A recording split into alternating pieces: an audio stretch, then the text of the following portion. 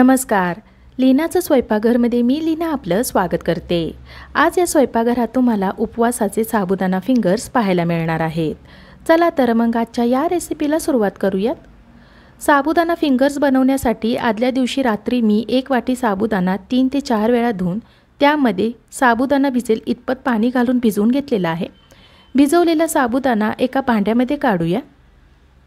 2 मध्यम आकाराचे बटाटे उकडून त्याची साल काढून किसणीने किसून घेतलेले आहेत. उकडलेला बटाटा घालूया. बटाटे जास्त मऊ शिजवायचे नाहीत. जास्त बटाटे शिजले तर त्याचे नीट फिंगर्स बनवता येणार नाहीत.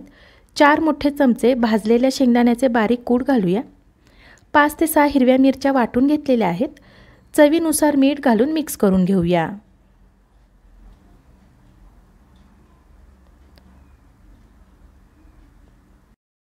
तुम्हाला उपवासाला जिरे कोथिंबीर चालत असेल तर ते सुद्धा तुम्ही यामध्ये घालू शकता.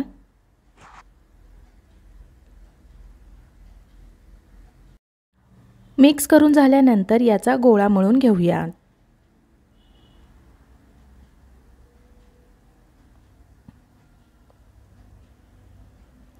मिश्रणाचा गोळा मळून झालेला आहे. मिश्रण हाताला चिटकू नये म्हणून थोडंसं तेल लावून घेऊया. आता लिंबा एवढे मिश्रण घेऊन व्हिडिओमध्ये दाखवल्याप्रमाणे याला लांबट उभा असा आकार देऊयात. आकार देत असताना मिश्रण नीट दाबायचे आहे. मिश्रण नीट दाबले नाही तर फिंगर्स तेलामध्ये सुटतील.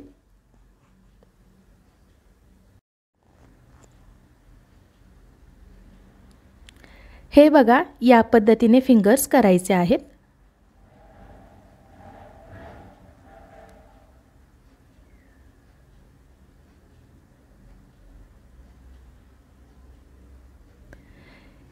याच पद्धतीने सर्व मिश्रणाचे फिंगर्स तयार करून घ्यायचे आहेत.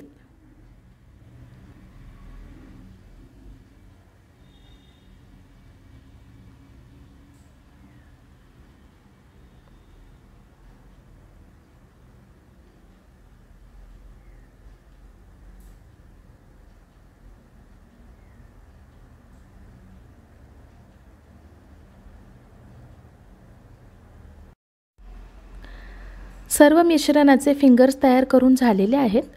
गॅसच्या मध्यम आचेवर तेल गरम करायला ठेवायचं आहे. तेल गरम झाले की याच्यामध्ये एक एक फिंगर्स घालूया आणि त्याला सर्व बाजूनी हलका सोनेरी रंग येईपर्यंत तळून घेऊया. फिंगर्स तळत असताना गॅसची आच मध्यम ठेवायची आहे. जर फिंगर्स तळताना गॅसची आच कमी राहिली तर फिंगर्स तेलामध्ये सुटतात.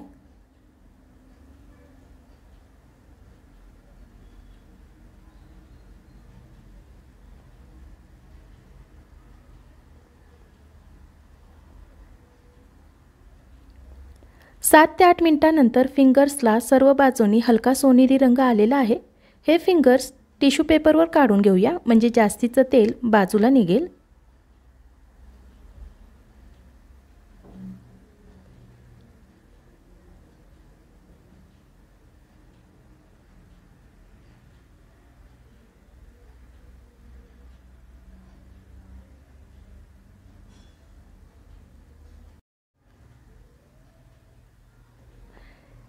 याच पद्धतीने शिल्लक राहिलेले फिंगर्स तळून घ्यायचे आहेत.